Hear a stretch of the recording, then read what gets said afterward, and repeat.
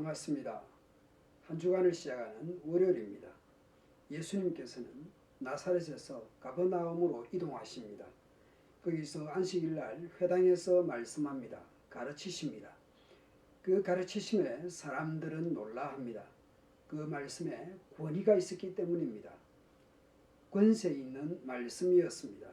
마침 회당 안에는 귀신 들린 사람이 있었습니다. 그 귀신 들린 사람이 외칩니다. 아, 나사렛 사람 예수님, 왜 우리를 간섭하려 하십니까? 우리를 없애려고 오셨습니까? 나는 당신이 누구인지를 압니다. 하나님께서 보내신 거룩한 분입니다. 귀신은 예수님이 누구신지 알아봅니다. 하나님께서 보내신 거룩한 분이라는 것을요. 사람들은 그저 권세 있는 가르침에 놀라지만 귀신은 예수님이 누구인지를 알아봅니다. 그래서 예수님은 그 귀신에게 꾸짖고 명령합니다. 예수께서 그를 꾸짖어 말씀하시기를 입을 다물고 이 사람에게서 나가거라 하셨다. 그러자 귀신이 그를 사람들 한가운데다가 쓰러뜨려 놓고 그에게서 떠나갔는데 그에게 상처는 입히지 않았다. 여기에 대해서 사람들은 어떻게 반응합니까? 사람들이 이 광경을 보고 모두 놀라 이게 도대체 어떻게 된 일이냐? 권위와 능력으로 명령하니 귀신들이 당장 쫓겨나가는군 하며 수군거렸다. 그래서 예수님의 소문이 그 일대에 널리 퍼졌다. 예수님의 권위와 권세와 능력을 말씀을 통해서 귀신을 쫓아내시고 있습니다.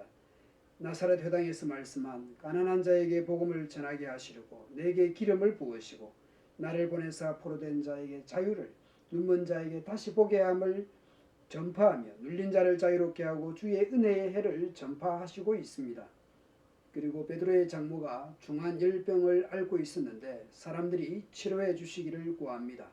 그러자 예수님께서 열병을 꾸짖습니다. 그러자 병이 떠나고 베드로의 장모가 곧 일어나 수종을 듭니다. 호전되는 정도가 아니라 완전히 회복된 모습입니다. 곧 일어나입니다. 바로 일어나서 아무 일도 없었다라는 듯이 수종을 드는 모습입니다. 예수님의 말씀에 권위와 권세를 알게 해줍니다.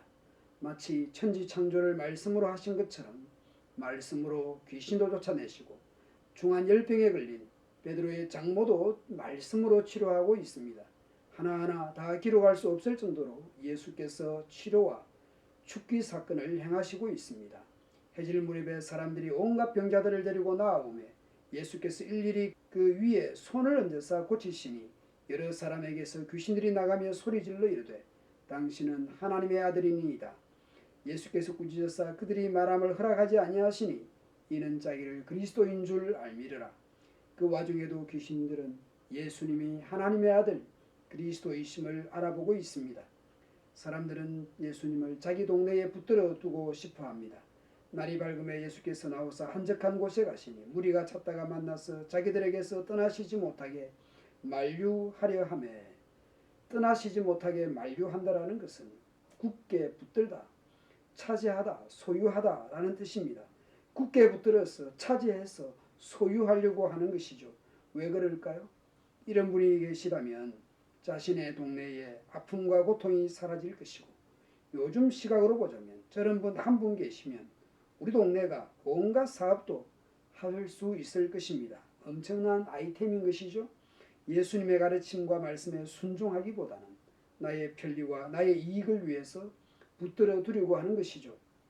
예수님을 믿는다고 하면서 교회를 다니면서도 말씀을 듣고 순종하기보다는 내 이익을 위해서 내 이익의 방편으로 수단으로 써먹기 위해서 종교 활동을 할 수 있는 것이 인간이잖아요. 이용해먹고 수단화하려는 것이 우리의 인간인 것이죠. 무슨 병이든 다 고치는 분이 계시다면 질병도 다 치료되고 사업도 잘 될 것입니다. 그러나 예수님은 그러시기 위해서 오신 분이 아닙니다. 나의 이익과 나의 유익을 위해 오신 것이 아닙니다. 하나님의 뜻을 이루기 위해서 오셨습니다. 예수님께서 하시는 말씀에 귀를 기울이십시오. 예수께서 이르시되 내가 다른 동네에서도 하나님의 나라 복음을 전하여야 하리니 나는 이 일을 위해 보내심을 받았노라 하시고 갈릴리 여러 회당에서 전도하시더라. 하나님 나라 복음을 전하기 위해 오셨다라는 것을 말씀합니다. 그것을 위해 보내심을 받았다고 말씀합니다. 사람들의 붙듦보다는 하나님의 붙드심을 바라보고 있습니다. 내 인기와 이익을 위해 오신 것이 아니라 하나님의 뜻을 이루기 위해 오셨음을 분명하게 말씀합니다. 우리의 삶의 목적은 무엇입니까? 나의 삶을 통해서, 나를 통해서 하나님의 뜻은 이루어지고 있습니까? 내가 하나님의 뜻에 순종하려고 합니까?